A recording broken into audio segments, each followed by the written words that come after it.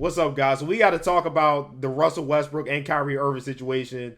So if you don't know, early this week, both players accepted their player options. I think Kyrie was like for 37 million and Russell Westbrook was like 47 million. So yeah, both players they've opted in, which probably is what we expected them to do. Maybe Kyrie was that questioned a bit, and I'll start with Kyrie here. So this Kyrie thing has been very up and down. There's been a whole bunch of rumors about Kyrie not clicking with the front office because of some past issues and all the things he did before. And then Kyrie gave the Nets a list of teams that he would like to be traded to if it came to that. And then we found out only the Lakers were really interested.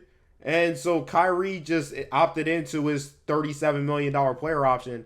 And for the people who thought that maybe Kyrie would just decline the player option and sign for like $7 to $10 million somewhere else, I never really expected that personally.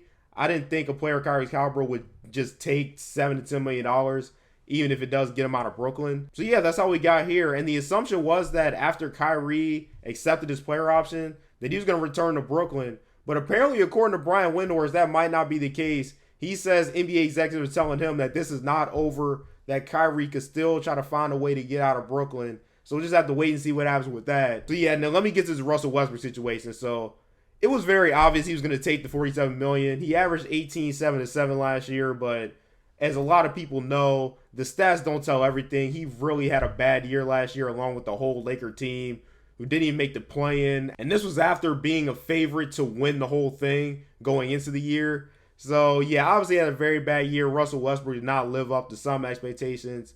Even me personally, I didn't think it would work, but I didn't think it'd go that bad either. I don't think anybody really could have imagined that. So yeah, and a lot of the blame, whether fairly or unfairly, a lot of the blame is being placed on Russell Westbrook. So we'll have to see what happens with him if the Lakers decide if they want to keep him for another year and try to get some pieces to put around them. Or are they going to try to ship Russell Westbrook off now that he's taken $47 million out of their cap?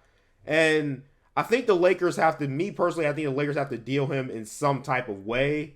I don't think they can keep him on the team. I think the only way they can make that work is if Russell Westbrook comes off the bench.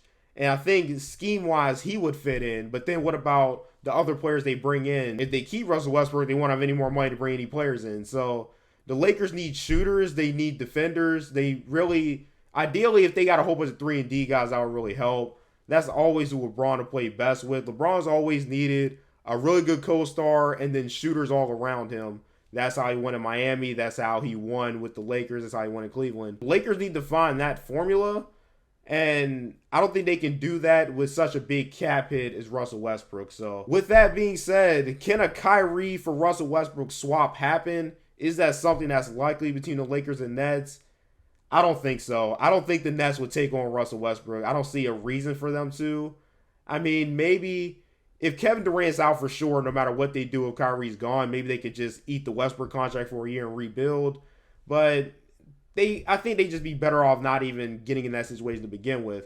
So I do expect Kyrie to be in Brooklyn. Not that that's his number one choice. I just think by circumstance he's going to end up there next year. But yeah, both teams definitely in tough situations, especially the Nets don't want to keep Kyrie, and they're going to have a hard time getting out of it. But yeah, let me know what you guys think. Where do you think both players will end up next year? And what do you expect the Lakers and Nets to do to build their team to try to get back to that championship level?